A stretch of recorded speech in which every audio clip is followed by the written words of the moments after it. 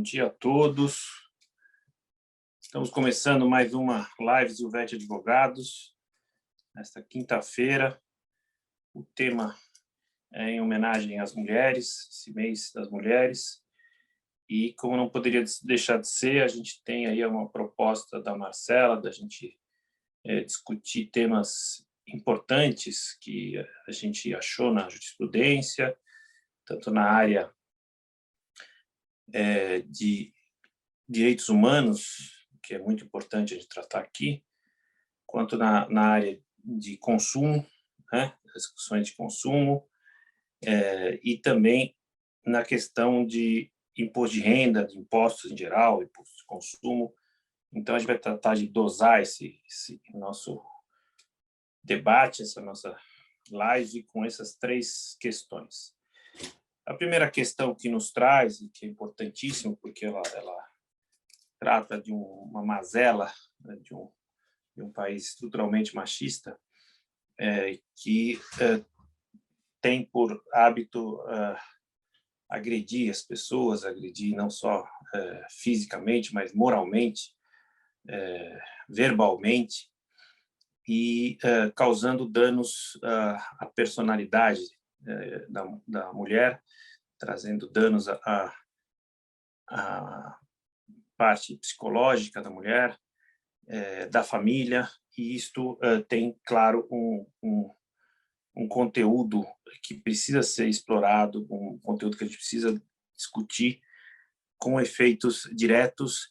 E, claro, e por outro lado, a jurisprudência vem reagindo muito à pressão da classe social, das entidades de representação, com também a pressão das próprias mulheres, com a participação de advogadas, com a participação de advogados, com a participação de juízes que são sensíveis a essas causas.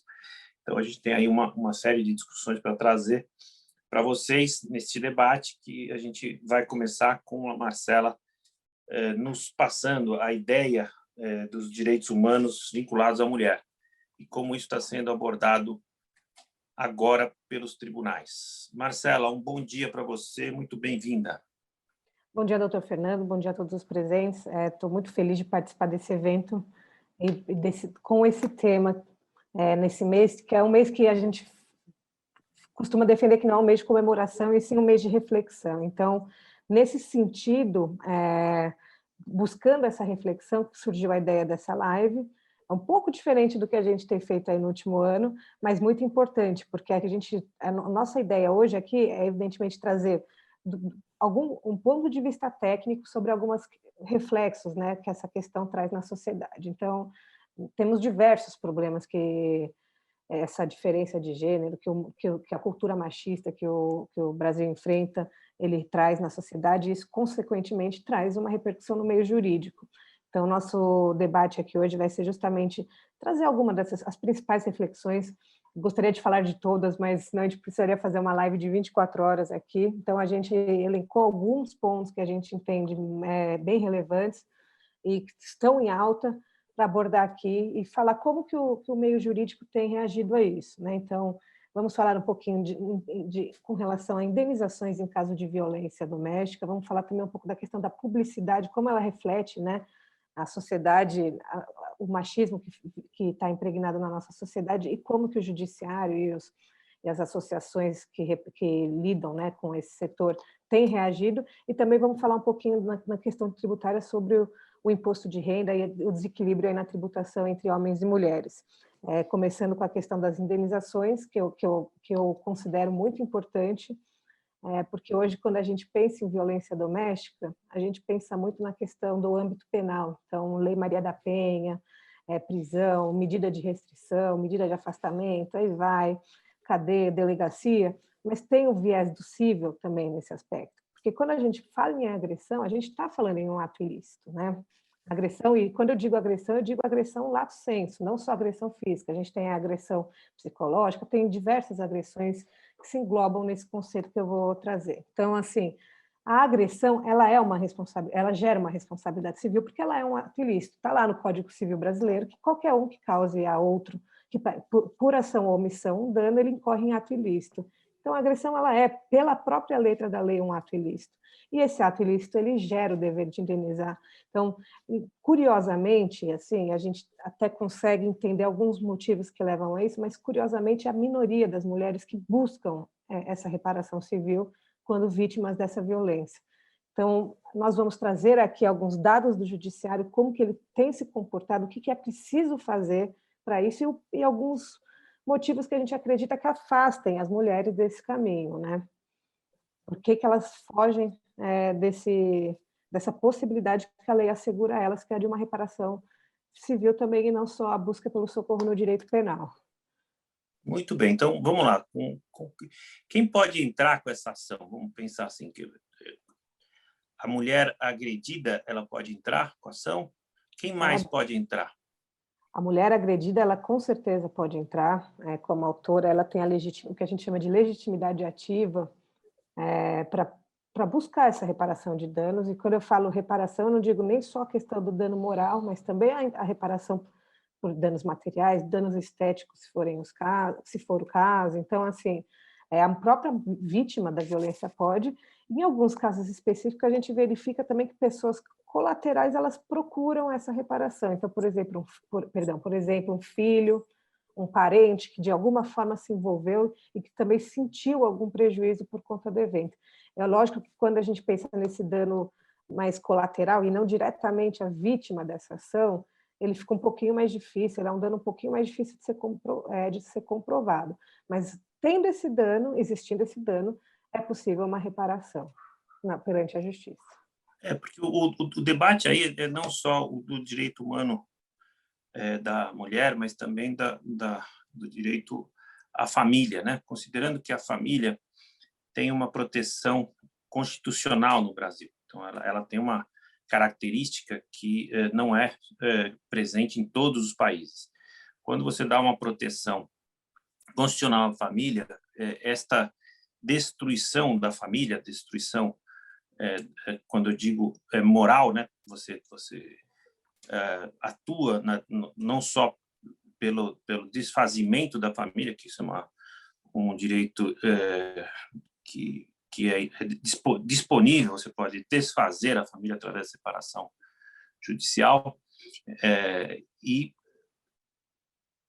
transcende um pouco esse direito de você desfazer a família e passa para uma deterioração do conceito familiar. Quando a gente fala em família, pode parecer um aspecto muito conservador do conceito, mas ele não é senão constitucional. A gente não está olhando para família no sentido conservador dos costumes, não. A gente está falando de família até pluriparental, família na estruturação de uma reunião familiar de pessoas que se querem bem, que estão trabalhando e convivendo no mesmo teto.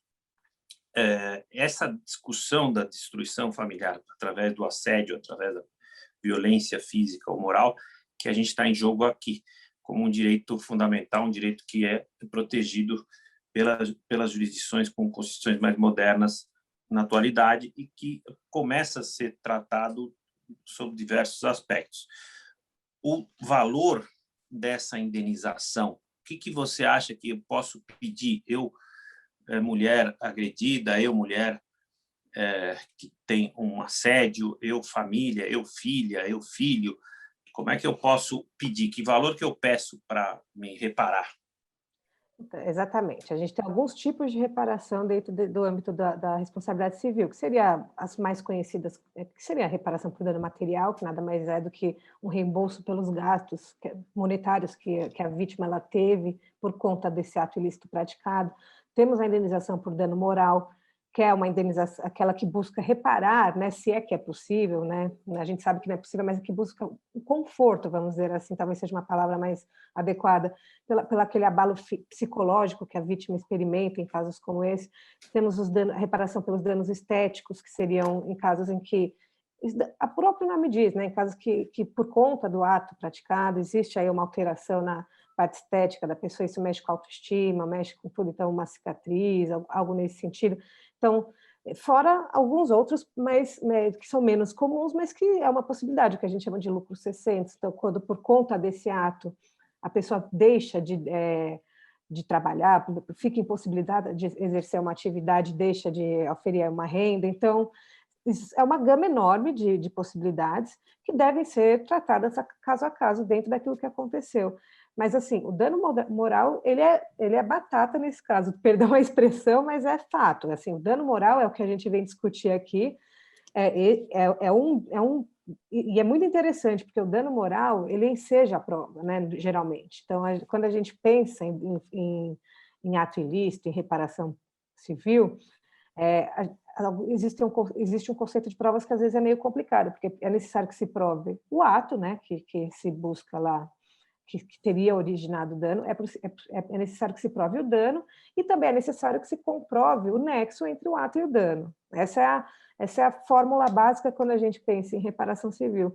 Mas o STF, num acertado julgado, ao meu ver, ele entende que nesses casos de violência doméstica, o dano ele é o que a gente chama de dano moral in re ipsa. O que isso quer dizer? O dano ele é presumido, ele não precisa ser comprovado. Então, a partir do momento que uma pessoa vivencia uma agressão, já é presumido que ela passa um dano moral. A própria natureza do ato já traz isso. Todo mundo que passa por isso necessariamente vai ter um dano moral. É a mesma coisa quando a gente fala em dano moral por morte para os familiares. Você não precisa comprovar que você sofreu um dano. O dano é presumido. Então, esse julgado da STJ, ele trouxe, né, essa natureza de dano moral in re ipsa, que seria o dano moral presumido em caso de agressão. Então, isso torna muito mais fácil, muito mais acessível às mulheres que buscam essa reparação por danos morais por conta de uma agressão doméstica. Porque provar um dano moral é algo muito complicado, né? Como é que você prova um abalo que você sofre, um sentimento que muitas vezes de natureza íntima, e principalmente quando a gente fala de violência doméstica, que é um sentimento que traz uma vergonha, traz uma culpa, isso é uma das consequências dessa sociedade que a gente vive, desses pensamentos machistas, né? Que é o machismo estrutural, ele incorre nessa culpa da mulher. Então, como é que ela conseguiria comprovar um dano moral? Se muitas vezes ela mal consegue falar sobre o assunto, né? Então, é uma vitória, no meu ponto de vista, para as mulheres, quando um órgão, quando um colegiado do STJ entende que esse dano ele não precisa ser comprovado porque ele é presumido. Então, o dano moral ele já se torna o caminho, essa decisão ela abre o caminho para que se peça um dano moral em casos como esse, bastando apenas que se comprove a agressão, né? Que isso é uma prova muito mais simples dentro do direito, né? Muito bom. Agora, essa discussão é importante, porque eu tenho visto algumas decisões, até para preparar essa live nossa, sobre dano moral. E o dano moral, ele tem essa questão que você mencionou, que ele é presumido, mas também tem outra questão que precisa talvez amadurecer um pouco mais na jurisprudência, que é o fato de você ter uma condenação educativa, né, que também tem outras jurisdições. Você não está preocupado em mencionar o dano, você está preocupado em dar ao dano uma condição, a condenação do dano moral, uma condição punitiva, uma multa para que o infrator não incorra mais, porque muitas vezes a Maria da Penha, as leis penais que determinam o distanciamento, elas se tornam um pouco ineficazes, até porque falta fiscalização. E, claro, você tem que ter a transgressão para fazer com que alguém vá lá e contenha o agressor. Enquanto no dano moral, você tem uma pena pecuniária pela transgressão. E essa pena vai ser agravada na medida em que você transgrida sequencialmente, de modo que vai doer no bolso do transgressor e ele vai ter um freio, além do social, além do penal, vai ter um freio econômico para os atos de agressão que podem gerar aí uma outra atribuição da justiça, que é apenar economicamente um infrator que atenta contra a segurança da mulher e dos filhos. Exatamente, e o aspecto, e é importante isso, porque às vezes pela aplicação da lei penal, da Maria da Penha, que é uma lei que eu considero um grande avanço, uma lei importantíssima para lidar com esse tipo de questão, mas que, de certa forma, ela imputa à própria mulher a obrigação de denunciar se houve um descumprimento. Então, às vezes, ela acaba sobrecarregando a mulher de uma certa forma, a partir do momento que se o agressor, vamos dizer assim, ele infringe uma medida restritiva, se ele entra em contato quando não deveria, cabe à própria mulher denunciar isso. Então, muitas vezes, ela acaba sendo não tão efetiva quando a gente pensa nesse ponto de vista, apesar de ser uma excelente lei que, de fato, é um avanço nessa discussão. Agora, quando a gente traz aqui para a questão da indenização, a discussão sobre valoração de uma indenização por dano moral, ela sempre foi muito polêmica, eu acredito que sempre vai ser, porque, em primeiro lugar, é impossível botar preço, né, no sofrimento. Isso eu digo não só em questão de violência doméstica, em qualquer questão, né, qualquer âmbito, seja qual for a natureza desse pedido de indenização. Então, é muito difícil botar um preço no sofrimento. Então, existe aí uma balança que o judiciário ele adota como um valor que se considera o justo para que se repare aquele sofrimento, e, por outro lado, esse valor ele tem que ter esse aspecto punitivo e educativo do transgressor.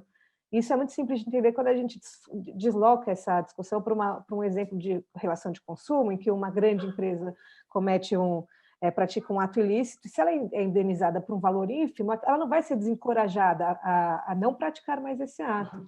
Ela vai continuar praticando porque o valor é tão baixo que para ela não compensa mudar uma postura, não compensa mudar. Então, é a mesma coisa aqui, o valor ele precisa ter um condão, apesar de que isso não esteja necessariamente na lei, mas está muito presente na jurisprudência, que ele precisa ter esse condão de ser além de um valor para reparar o sofrimento da vítima, que esse é o aspecto principal, de forma secundária, ele também precisa representar, ter esse caráter punitivo e educativo de quem comete, para a pessoa falar, olha, não, fiz isso, estou tendo que pagar isso, não vou mais fazer. Então, essa balança que é muito difícil, e, inclusive, é um dos grandes problemas que a gente observa quando a gente traz no âmbito das indenizações por violência doméstica. Porque, além do mais, existe uma... Perdão, pode falar, doutor. Eu estava querendo provocar nesse aspecto da violência moral. Claro, a doméstica, a física a gente já tratou, mas a moral é interessante porque ela é oponível até a terceiros, né? Tem ações contra pessoas que não necessariamente têm a posição de pai ou mãe, mas pode ser padrasto, madrasta, namorado, namorada, que é essa questão de você poder conter a violência doméstica. Então, seria uma ação de obrigação de não fazer. Eu proponho uma ação para que a pessoa não agrida, não use meios de agressão verbal ou moral, como mídia social, como telefonemas, como terceiros, que vá como é que chama, dilacerando a relação parental ou não parental e vai atentando contra a vítima.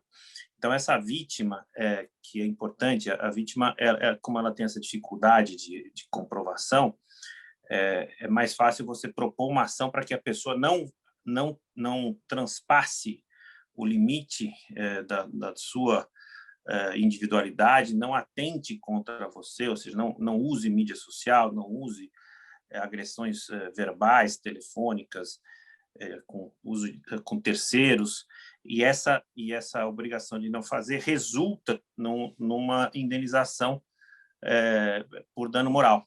Então você tem uma obrigação, você tem que agir, né? Porque essa ação é muito difícil de convencer, porque é um temor. Primeiro que a justiça vai entender, depois que a justiça vai agir, depois que a justiça vai condenar, mas eu acho que a força destas ações que têm sido propostas acaba gerando um movimento de proteção do direito à individualidade, do direito à preservação da integridade, da sanidade, e eu acho que esse é um ponto importante que a gente está vivendo até em relação ao que a gente chama de massacre das mídias sociais, né, das questões de você ser exposto nas mídias sociais, essa exposição moral que acontece em todas as searas, vamos dizer assim, né? Exatamente, é uma ação perfeitamente cabível. É interessante que geralmente as vítimas elas buscam esse socorro através do direito penal. Então, as medidas restritivas elas teriam esse viés de impedir que a pessoa entre em contato. Só que no âmbito do direito civil isso também é possível através da ação de obrigação de não fazer, em que uma decisão judicial proibiria esse contato e colocaria uma multa, né, para o infrator caso ele descumprisse. É claro que quando a gente traz para o direito civil, são muito raras as hipóteses, né? A gente tem duas hipóteses, acredito, hoje em dia, que se configure a prisão. Então, a gente não conseguiria falar em uma prisão é, no caso de descumprimento dessa decisão, mas a gente consegue falar em uma multa, né, por descumprimento que seria Isso, que de é até mais beneficiário. eficiente, né? Exato, É o exatamente. que eu vi algumas pessoas de direito de família falar em Maria da Penha civil, certo? Isso, Então, uma exatamente. Maria da Penha civil que você já vê sendo aplicada nas separações judiciais, né? E essa Maria da Penha civil seria uma proibição de que a pessoa atue ou haja contra a integridade moral da outra, não só física, mas moral. Física é mais penal e moral seria no campo civil, não é Isso. isso? Até porque, por exemplo, a gente pega o crime de ameaça, ele tem uma pena muito branda. Na prática, não dá cadeia, né? É um crime que, no máximo, vai fazer um acordo lá no GCRIM. Eu não vou me aprofundar aqui em direito penal, porque definitivamente não é meu conhecimento, mas, assim, a gente sabe que é uma pena muito branda que muitas vezes não surte o efeito social buscado. Então, fazendo até uma analogia com a questão do dano moral que eu mencionei, se a indenização é muito baixa, você não desencoraja a pessoa a repetir aquele ato. Então, a partir do momento que a gente tem uma pena muito branda, a pessoa talvez não se sinta também desencorajada a deixar de praticar aquele ato. Então, assim, quando a gente pensa em uma aplicação de multa, isso muda um pouquinho de viés. A multa, ela justamente é pesar no bolso e não dentro da legislação penal. Quando a gente traz para o civil, a gente pensa em dinheiro, pesa no bolso. Então, isso também pode ser uma sanção mais eficaz, ao invés de ficar restrito ao que o direito penal intitula. E, lógico, deixando bem claro aqui que um não anula o outro. É possível que se busque o caminho pelos dois âmbitos, tanto no âmbito civil como no âmbito penal. Mas que a gente vê que existe muito esse socorro no direito penal, que geram penas que terminam em penas que muitas vezes não surtem os efeitos e cria essa sensação de que a mulher acaba não sendo muito amparada pela legislação, porque o agressor muitas vezes não é preso, né? Na maioria dos casos acaba não sendo preso, ele não sofre de fato uma sanção por aquilo que ele praticou. E dentro do direito civil ele pode sofrer uma sanção, ainda é pecuniária, mas não deixa de ser uma sanção. Muito bem, muito bem. Então, esse tema, claro, vai ter muito desenvolvimento pela frente. Vamos passar para o outro tema que é bem interessante também, que é diz respeito à questão da objetivização, o tratamento como objeto Objetificação. das mulheres Isso. no ambiente publicitário, né? Então, no ambiente das propagandas, no ambiente das peças de publicidade que a gente vê por aí, né? Inclusive com propaganda de cerveja, que é um exemplo muito clássico, né?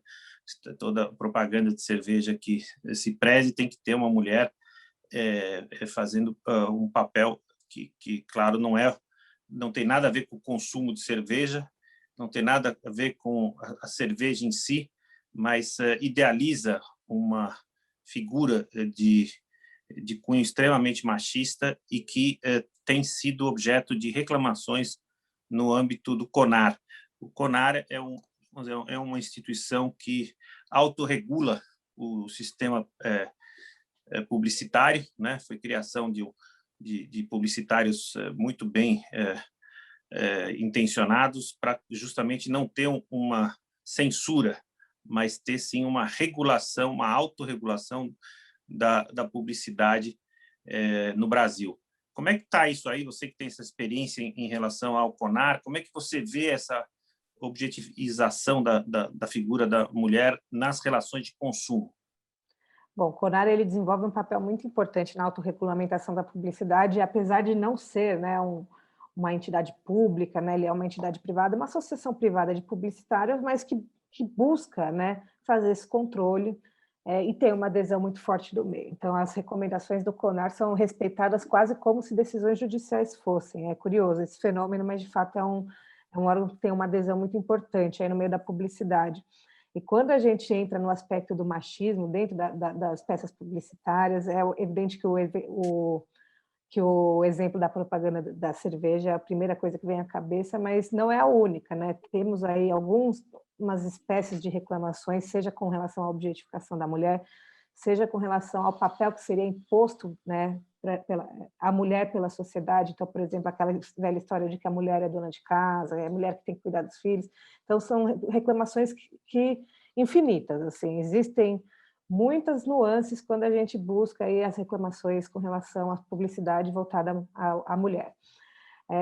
O CONAR, ele tem, eu poderia dizer que na década passada foi uma década muito emblemática para isso, porque até então mal se falava, né, em machismo nas propagandas. Eu acho que era um assunto que não se discutia, e com a força que as pautas progressistas elas vêm tomando, isso passou a ser muito discutido. Então é algo relativamente, por mais absurdo que pareça, é uma discussão recente, é coisa de 2000 para cá que isso vem aparecendo com força, tanto no CONAR como no Judiciário, né? Não vou nem só me limitar somente ao CONAR, tem a questão do Judiciário também, do PROCON e ações civis públicas que são propostas com esses objetos. Mas é muito interessante que de 2006 até 2016, por exemplo, não teve nenhum julgamento de qualquer peça publicitária com esse argumento de que ela poderia ser ofensiva às mulheres. A partir de 2016, quando teve aquele famoso caso daquela famosa propaganda de cerveja, que eu não vale mencionar, mas acredito que todo mundo saiba do qual que eu estou falando, isso começou a ter um aspecto maior. Então, é muito interessante que em 2016, vou até colar aqui para não falar besteira, mas em 2016 foram 7 condenações de peças publicitárias que teriam cunho machista. Então, a gente está falando de 5 anos atrás, é relativamente recente.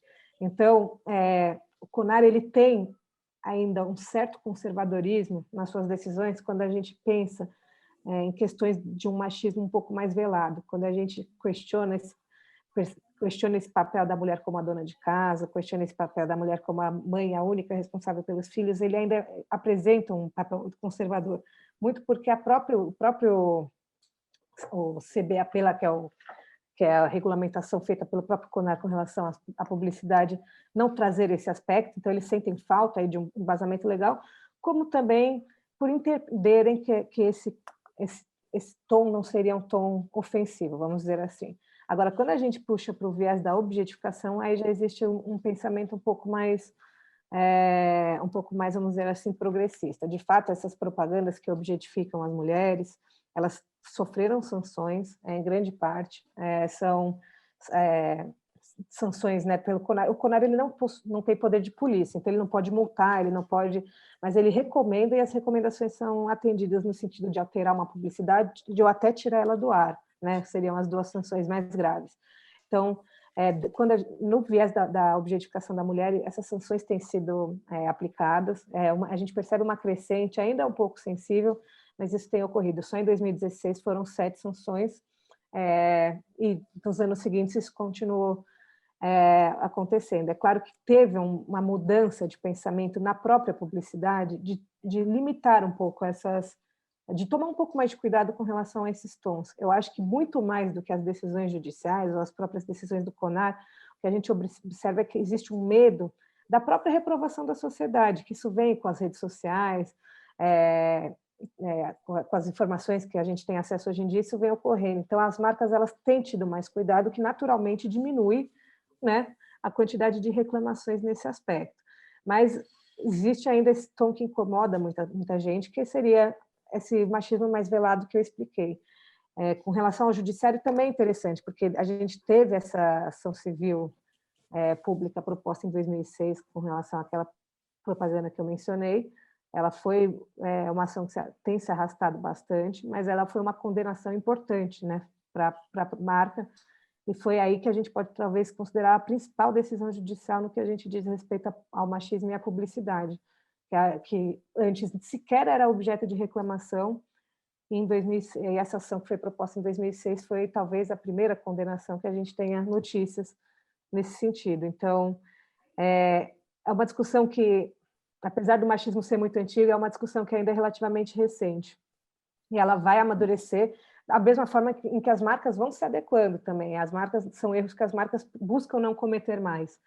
Mas a tendência, eu acredito que o próprio CONAR, ou até a própria legislação consumerista que trata, né, de propagandas abusivas, mas não traz esse aspecto do machismo, ou até de outras questões relacionadas a algumas minorias, não trata nada específico a isso, né, fala de propagandas abusivas de forma geral, seriam propagandas ofensivas, né, para mudar o termo para ficar claro, mas não tem uma legislação muito direta no que diz respeito a essa ofensa a gênero ou até a orientação sexual, enfim, qualquer tipo de ofensa direcionada. Então, por falta dessa legislação, a gente também percebe uma certa timidez nas decisões judiciais, mas que vem aparecendo aí com uma certa frequência, e acho que a tendência é aumentar.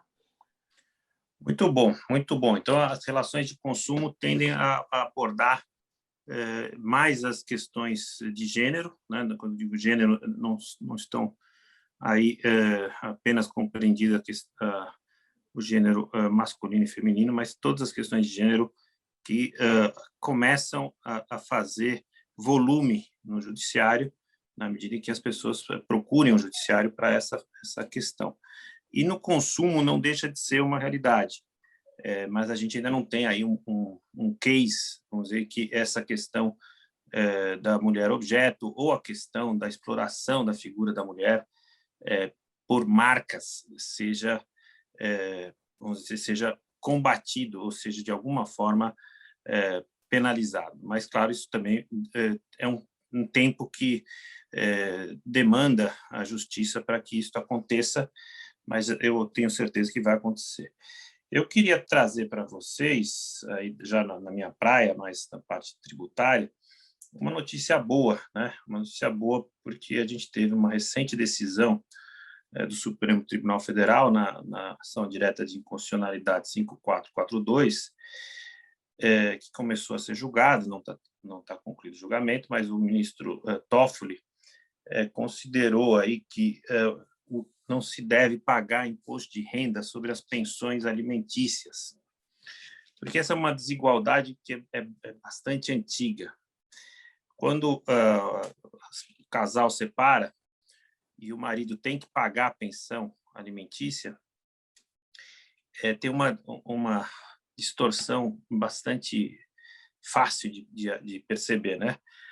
O marido paga a pensão, aí ele abate a pensão do imposto de renda dele. No entanto, a mulher que recebe a pensão, que é para sustentar os filhos, ela paga imposto de renda. Então, é uma coisa que é uma conversa de doido, né? Então, o marido que paga, abate. E ela que recebe, paga. Só que ela paga para o custeio dos alimentandos, ou seja, dos filhos, e não para ela, né? Não é para benefício dela.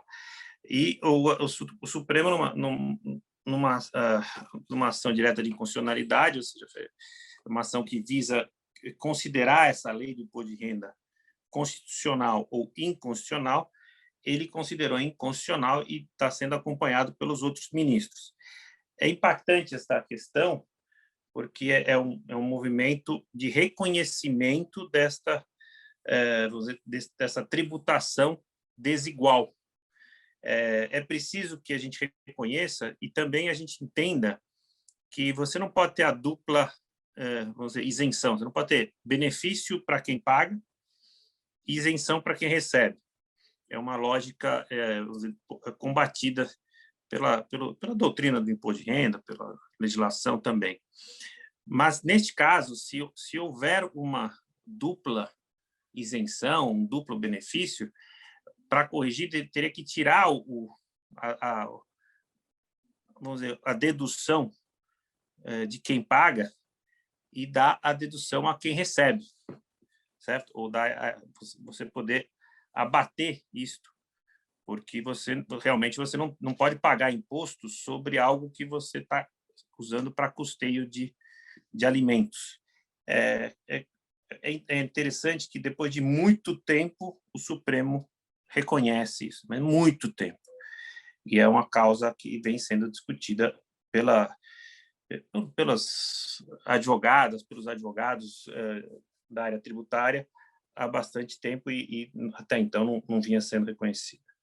Outra questão que a gente chama a atenção, que é importante, é que essas indenizações que a gente falou, né, nesse trecho da nossa live, as indenizações que, porventura, as pessoas recebam por danos morais, por obrigação de não fazer, por danos patrimoniais, nem sempre são dedutíveis.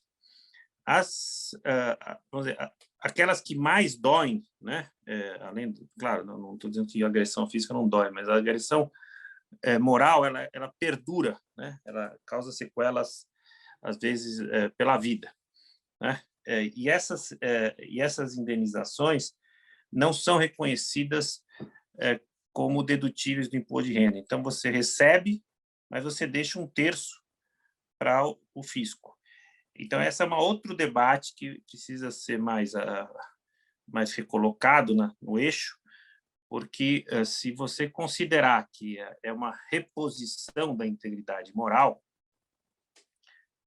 mesmo que seja uma figura de linguagem, você não repõe algo imaterial, né, mas é uma reposição, esta reposição não precisaria ser tributada, ela não deveria ser tributada. Essa é uma discussão que está no campo até trabalhista, né, em função das demissões, né, então, e do pagamento de indenização, e nesse pagamento por indenização também está sendo discutido o imposto de renda. E, claro, esta consideração do Supremo para pagamento de imposto de renda por danos morais está começando a mudar. Então, claro, essa preocupação progressista, essa preocupação de você avançar nos direitos, né? Quando a gente fala progressista é nesse sentido, não é ideológico, né? Você avançar no respeito aos direitos significa, se você recebe uma reparação por um dano moral, este dano moral é uma recomposição, ainda que em figura de linguagem, como se alguém bate no teu carro e depois desamassa, certo? Então, é como se batesse na sua moral e desamassasse. Então, repõe, reconfigura a sua moral, e esta reconfiguração não seria tributável.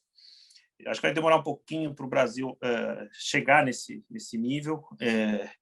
Existe muita resistência do judiciário em reconhecer este dano moral como não tributável, mas acredito que já tem um movimento, já tem decisões, e a tendência é que o Supremo chegue a este direito, que eu acho que também é um direito indisponível, porque também nas relações de trabalho você acaba negociando.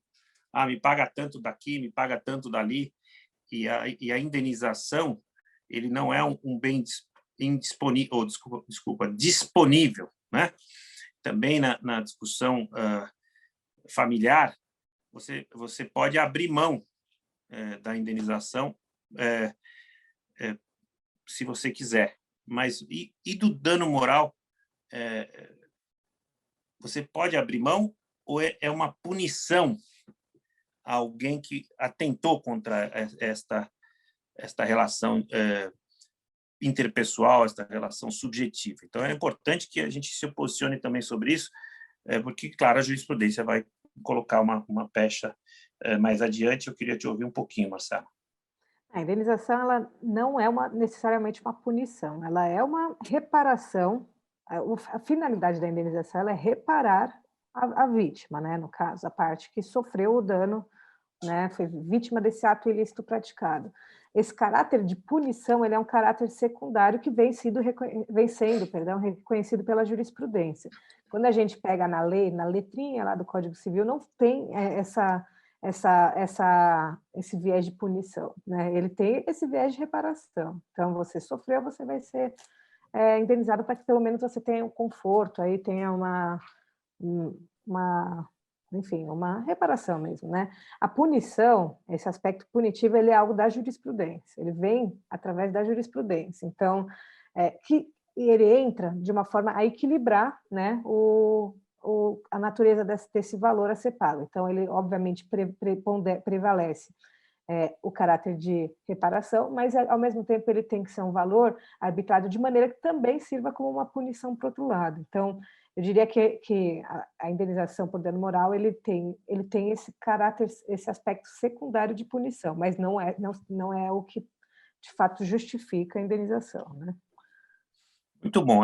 Ainda no campo do imposto de renda, a gente tem aí um aspecto interessante que está ganhando força nas discussões judiciais, que é o fato estatístico, vamos colocar do IBGE, que as mulheres são responsáveis por mais que 40% dos lares. É importante a gente falar isso porque a expressão é chefia de lares, né? Chefia de lares, então, um aspecto meio policialesco, né? Se a mulher fosse a chefe dos lares. Mas, de alguma forma, é o que acontece nas relações familiares. A mulher tem um papel de agregação, ela é mais agregadora que o homem, né? O homem, muitas vezes, nem sabe onde ele está, né? Mas a mulher ela é agregadora, ela agrega a família em grande parte das vezes. E agrega até pessoas que não são, num primeiro momento, família, mas são agregados da família e acabam participando disso. Quando a gente fala nisso no aspecto econômico, então, se ela é responsável por 40% dos lares, a gente precisaria ver a disponibilidade econômica da família.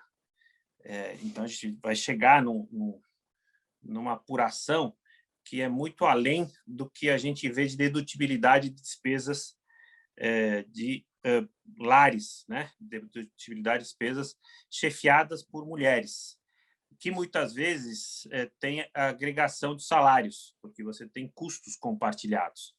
Então, você teria custos compartilhados, mas a renda da mulher ela é mais, vamos dizer, ela é mais pesada, né? Recebe um peso maior por conta da condição dela como chefe de família. E isso não é visto pelo imposto de renda. Por outro lado, existe uma distorção de salários, né? Então, as mulheres ganham menos do que os homens. E as estatísticas estão provando que as mulheres estão ganhando mais, vamos dizer, mais posicionamento, estão sendo mais integradas na sociedade empresarial e em cargos mais elevados. No entanto, o salário é menor. Consequentemente, a progressividade as afeta mais e a regressividade também. É uma conversa meio difícil da gente fazer, mas assim, numa live, mas a gente vou tentar. A progressividade é aquele imposto de renda que vai por etapas, vai por escalas, né? Até um limite no Brasil de 27,5. Então, como os limites são de tanto a tanto, vai pegando um pedaço da renda, aplica 15%, pega outro pedaço da renda, 17,5%, assim por diante, até 27,5%. Então, essa progressão atinge igualmente dois gerentes, dois diretores, mulher e homem. No entanto, o homem ganha mais. Haveria de acontecer, o que já está sendo discutido em outros países, que é uma equalização, como posso dizer, né? Então, seria uma progressão com um redutor de imposto de renda. Se você chegou num patamar, por exemplo, de 27,5%, e você ganha menos que o homem na mesma posição, você teria um redutor do imposto de renda, ou seja, você teria uma carga tributária menor do que o homem, igualando as posições. Então, o imposto de renda tomaria mais dinheiro de quem recebe mais do que quem recebe menos na mesma posição salarial, na mesma posição de cargos dentro de uma empresa, ou cargos e salários, quando há retenção do imposto de renda. Claro que isso aqui é uma discussão que a gente já vê, vamos dizer, legislação externa, legislação internacional agindo sobre esse assunto, mas aqui no Brasil a nossa legislação de imposto de renda é muito, vamos colocar, conservadora. Ela visa sistemas de praticidade para ficar mais fácil fazer a declaração e pagar, mas não considera a exata relação de quem está trabalhando e quem está suportando a maior carga do imposto de renda. E nessa sequência, para a gente avançar, eu estou falando muito de imposto de renda, mas é importante a gente falar também do que a gente chama de Pink Tax, né? O Pink Tax é um apelido dado ao imposto rosa, certo? O imposto rosa, enfim, é uma forma de qualificar aquele imposto que recai mais sobre as mulheres, tá? Então, esse imposto rosa vem sendo estudado já há muito tempo, mas no Brasil, relativamente há pouco tempo, há uns 10 anos que a gente vê material saindo sobre esse imposto rosa, e até no direito comparado a gente vê que esse imposto rosa recai mais sobre as mulheres, muito em relação ao imposto indireto. No imposto direto, menos. Quando eu falo imposto direto, é imposto de renda, tá? Imposto indireto é o imposto de consumo, é o ICMS, o IVA. E aqui a gente tem uma constatação interessante. Algumas jurisdições têm um custo de seguro maior para mulheres, pelas comorbidades, pelas questões que podem fazer a mulher chegar a usar o seguro de saúde. Então, ela paga mais vamos dizer, seguro de saúde, e este seguro de saúde não é dedutível. Então, a discussão é, se eu pago mais seguro de saúde para poder ter uma condição de saúde melhor, esse seguro deveria ser integralmente dedutível para equalizar a questão do Pink Tax, certo? E no ponto do imposto de consumo, a gente trata de tributos que são cobrados como bens supérfluos para itens vamos lá, se o homem faz a barba e a mulher usa um cosmético, né, um brilho, sei lá, um produto de um creme, por que o sabão de barba paga menos imposto do que o creme, do que o produto cosmético feminino? Então, haveria que ter isso que a gente chama de Pink Tax no consumo, haveria que ter uma alíquota menor dos itens chamados como supérfluos, porque o produto cosmético ele é considerado supérfluo independente do uso que é dado. Então, se o uso é feito para o asseio ou para vamos dizer, você se sentir melhor, para você estar melhor fisicamente ou para você estar melhor esteticamente, você não necessariamente está usando ele para fins supérfluos. Você pode usar para o teu dia a dia. Então, a ideia é que você considere alguns itens de cosméticos como cesta básica, assim como o sabonete, assim como o sabão em pó, assim como determinados itens de consumo que são considerados cesta básica, como leite, cebola, né, batata. Estes itens seriam considerados cesta básica. No Brasil, existe um movimento que está na PEC 45 da reforma tributária para a gente tentar colocar itens da cesta básica que sejam de consumo das mulheres. Porque a reforma tributária, pode ser incrível que a gente escute isso, mas o pessoal da reforma tributária é meio doido. Eles propõem o fim da cesta básica. Eles acham que o pessoal não precisa de cesta básica, né?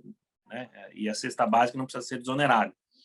Aí eles começam com umas conversas do arco da velha, dizer que o rico come tanto feijão quanto o pobre, que o peixe é o mesmo peixe, então você acaba privilegiando quem come salmão do que quem come mussum, né? Então, mussum é uma sardinha, difícil da gente ver que tem mais osso do que outra coisa. Para quem gosta de pescar, mussum a gente até usa para comer, tomar com cerveja. Então, você tem uma distorção que é pontual e, com base nisso, a PEC 45 quer acabar com os benefícios da cesta básica. Isso é muito delicado e afeta as mulheres em especial. Então, há um movimento de reforma querendo acabar com esses benefícios, e há um contramovimento de não reforma, mas de você conseguir que seja incluído na cesta básica os itens de consumo das mulheres. Aí também é um ponto especial que eles coloquem todos os itens de asseio das mulheres, inclusive os absorventes, que estão fora da cesta básica. Então, esses absorventes estariam dentro da cesta básica, além dos outros itens de consumo. Então, como as mulheres são mais afetadas por esta distorção salarial, distorção de emprego, distorção de condições de trabalho, é natural que, para que ela se sinta melhor, para que ela tenha mais condições de trabalho, estes itens da cesta básica sejam aumentados, trazendo para esta categoria os itens cosméticos e os itens de higiene pessoal da mulher. Tenho aqui a impressão pelo sino da igreja, que toca tanto aqui quanto nas outras casas do bairro, que a gente esgotou nosso tempo, Marcela. Desculpa se eu me alonguei, mas eu queria que você fizesse considerações finais aí no nossa live da mulher e que a gente pudesse, então, encerrar nossa live. De fato, muito importante esse tema tributário. A gente torce e espera que essa reforma, né, da cesta básica não ocorra. É sempre importante que a jurisprudência e o próprio legislador eles acompanhem a sociedade, acompanhem as discussões relevantes, entendam que algumas coisas têm que ficar no passado e que algumas visões já não são mais, algumas visões e comportamentos já não são mais tão bem-vindas hoje em dia. Então, o que a gente espera, né, com esse debate é justamente isso, que num próximo momento em que a gente traga essa discussão em uma live, que o cenário, tanto no judiciário como na tributação, esteja buscando cada vez mais inibir esse tipo de comportamento de reprodução do machismo e também que busque colocar a mulher num papel de igualdade na sociedade, que é o lugar que ela deveria estar, né? Tá ótimo, então. Então, muito obrigado, Marcela, muito obrigado a todos que estiveram presentes. Tá? Continuem brigando aí pelos direitos da mulher e vamos em frente. Um abraço a todos, até a semana que vem. Muito obrigada a todos, até a semana que vem.